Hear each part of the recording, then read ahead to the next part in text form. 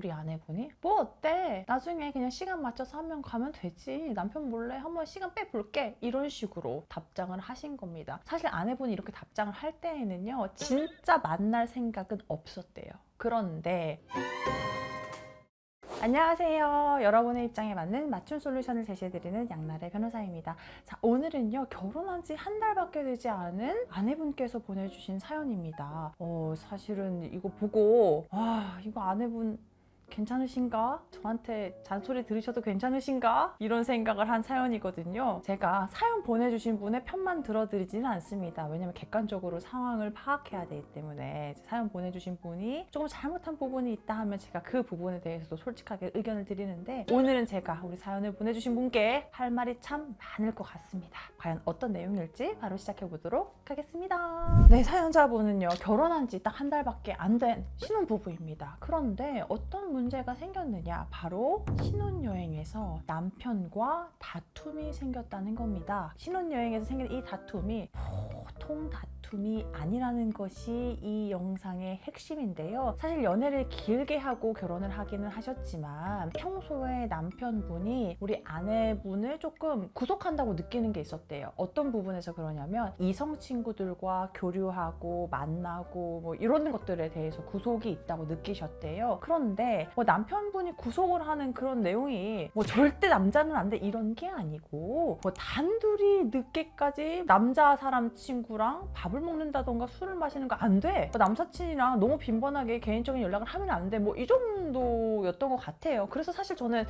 솔직한 말씀으로는 그걸 구속이라고 느꼈다는 점에서 약간 의아함이 있기는 했는데, 우리 사연자분도 다 받아들이고 결혼을 했기 때문에 큰 문제는 아니었습니다. 그런데 신혼여행 와서 둘째 날 식사를 하고 나서 우리가 자유여행으로 우리끼리 놀 것인지 아니면 투어를 다른 사람들이랑 같이 갈 것인지에 대해서 이야기를 하다가 좀 다툼이 있었나 봐요. 이게 기분 좋게 막 신혼여행이니까 풀자 이랬으면 좋았을 텐데, 작은 다툼이 언성을 높이는 게 되면서 이제 그래 그럼 그러면 따로 놀아 하고 각자 그냥 가고 싶은 곳에 가가지고 시간을 보내는 게 돼버린 거예요. 그렇다 보니까 저녁까지 그 냉랭한 기운이 유지됐던 거죠. 그래서 남편은요, 저녁에도 그냥 밥 먹고 와서 나 산책하고 올게 하고 나가고, 아내분은 혼자 이제 방 안에서 이렇게 핸드폰을 보고 있었습니다. 우리 핸드폰 볼 때 제일 많이 보는 거 뭔가요? 저는 인스타그램 진짜 많이 보는데요. 우리 아내분도 인스타그램을 딱 봤는데 DM이 하나 와 있더래요. 누가 보냈느냐? 전 남친께서 DM을 보냈습니다. 그런데 이게 진짜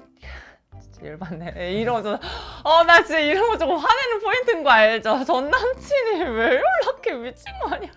그런데 아니나 다를까 DM 내용도 뭐냐, 결혼했다는 소식 들었다, 잘 지내라, 누구랑 만나서 결혼했는지 참 궁금하기도 하고 소식을 알고 싶어서 DM을 보냈다, 이런 내용이었대요. 근데 아내분도 그걸 보고 사실 어떻게 해야 됩니까? 익십해야 되겠죠. 그런데 지금 내가 남편이랑 싸워서 기분 좀 안 좋지, 그런데 전 남친이 잘 지내지? 행복해? 이렇게 오니까 에이씨 DM이나 보내볼까 하고 답장을 해버리신 거예요. 그래서 한 번 시작된 대화는 아주 티키타카가 좀 잘 되겠습니까? 전 남친이었는데 나 진짜 또 화가 나네요. 진짜 사연 보내주셨는데 죄송하지만 어쩔 수 없어요. 화가 나는 것은. 그래서 DM을 주고받는데 이 전 남친이란 이 사람이 얼마나 화가 나냐면요, 예전에 같이 여행 갔을 때 찍었던 사진을 보내면서 이때 기억나? 이때 우리 제주도 여기 갔었던 거 좋았는데 너랑 다시 갈 수 있는 때가 또 올까? 안 되겠지, 넌 결혼했으니까 같이 가고 싶다, 이렇게 했는데 여러분 어떻게 해야 돼요? 칼같이 끊어야 되겠죠. 그런데 우리 아내분이 뭐 어때? 나중에 그냥 시간 맞춰서 한 명 가면 되지. 남편 몰래 한번 시간 빼볼게. 이런 식으로 답장을 하신 겁니다. 사실 아내분이 이렇게 답장을 할 때에는요, 진짜 만날 생각은 없었대요.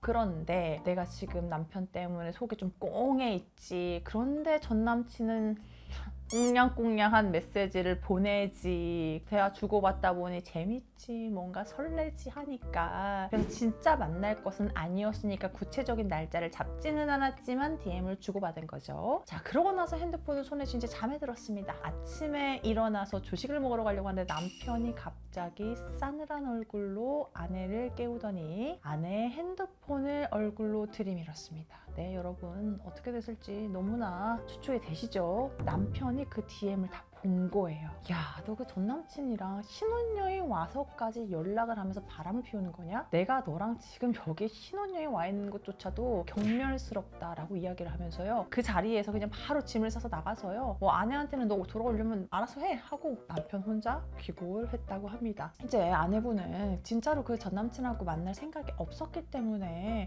아씨 큰일 났다 오해인데 하면서 부랴부랴 남편을 따라서 귀국을 해서 신혼집으로 들어갔는데요. 남편분이 신혼여행을 다녀온 직후부터 지금까지 제대로 된 대화를 하지도 않으려고 하고요. 혼인신고도 안 했으니까 그냥 우리 각자 갈 길 가자 이렇게 이야기하면서 대화를 완강히 거부하고 있는 상황이라고 합니다. 그래서요 우리 사연자분은 정말로 내가 뭐 계속 연락을 한 것도 아니고 딱 한 번 전 남친이 연락 온 것을 받아줬을 뿐이고 내가 진짜 만나기로 약속을 잡은 것도 아닌데 이걸 이유로 남편에게 일방적으로 이혼을 당할 수 있는 것인지, 그리고 이것에 대해서 이혼 전문 변호사인 제가 봤을 때 객관적으로 아내의 잘못이라고 볼 수 있을지 정말 객관적인 조언을 달라고 하셨습니다.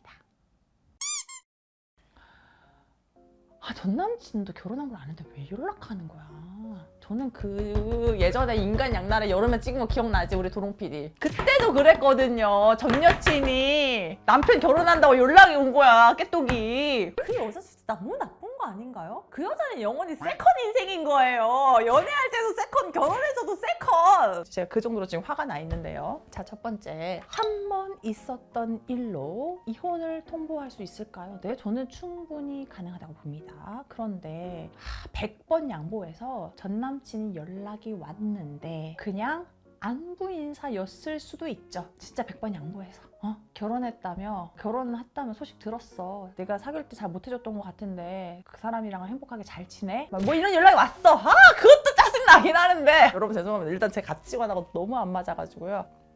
일단 100번 양보해서 나를 침착하자. 100번 양보해서 그런 연락이 왔어요. 그러면 답장을 안 하는 게 1순위죠. 그런데 그냥 나도 나쁘게 헤어진 게 아니어서 그래 너도 잘 지내고 행복하게 잘 살아 이렇게만 답장을 해줬다. 그러면 이걸 유책 사유로 하면서 이혼을 요구하는 것은 법률상 유책 사유가 아니라고 할 수 있겠죠. 그래서 그런 내용만 단순하게 안부만 딱 한번 탁탁 티키타카 아니고 그냥 탁탁 끝? 이러면 그걸 보고 바로 이혼에 뭐해 하는 것은 상대방이 좀 이해해 줄 수 있는 건데 너무 과하게 나왔다고 주장할 수도 있죠. 그쵸? 그런데 중요한 건 계속 우리 그때 어디 갔던 거 기억나? 또 사진을 보내면서 나 너랑 가고 싶다. 가자 뭐 어때? 남편 몰래 가면 되지.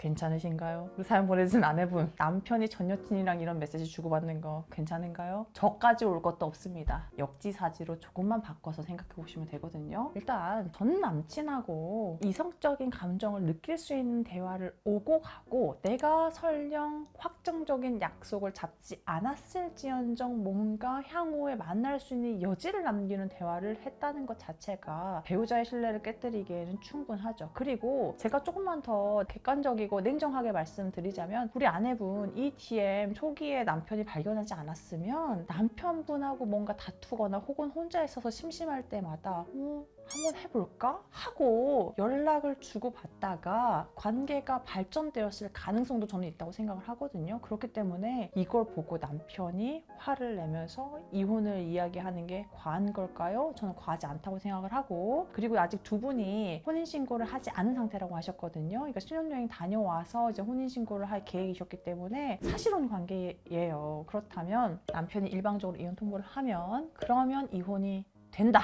이렇게 생각을 하셔야 되겠습니다. 그래서 우리 아내분이 이건 남편이 진짜 오바육바 하는 것 같아요 이렇게 생각하지 마시고, 이건 정말 객관적으로 봐도요 우리 아내분이 너무너무 잘못한 게 맞기 때문에 어떻게 해서든 남편의 신뢰를 회복하고 이 결혼 생활을 잘하고 싶다 하시면 손이 발이 되도록 빌어서 남편에게 용서를 구하고 관계를 회복해 보도록 노력하셔야겠습니다. 네, 제가 오늘 이렇게 설명을 해드렸는데요. 차분하려고 애써도 차분해지지 않는 것이 전 남친, 전 여친의 이야기가 아닌가 싶습니다. 그리고 또 사건 진행하다 보면은 그 결혼한 이후에 불륜의 대상자가 전에 만났던 사람인 경우들이 꽤나 있거든요. 그렇다 보니까 더더욱이 우리가 누군가와 새롭게 미래를 약속하고 결혼을 했다면 과거의 인연들은 칼같이 이렇게 끊어내셔서 지금 새로운 배우자하고 행복하게 살 수 있도록 하셔야겠습니다.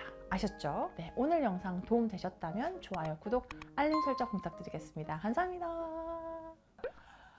결혼한 거 알면 왜 연락하냐고요. 연락을 한 사람도 큰 잘못이고 받아준 사람도 잘못이고 안 되죠. 안 돼요. 성만이 너 전 여친한테 연락해본 적 있니? 없지? 안 돼요. 이런 것도 이제 감정이입 너무 해버렸네. 화가 나네. 왜 받아주는 거야? 그리고 그 제주도 남편이랑 가면 되잖아. 남편이랑 누구는 결혼을 하고 싶어도 못 하는데. 끊을게요.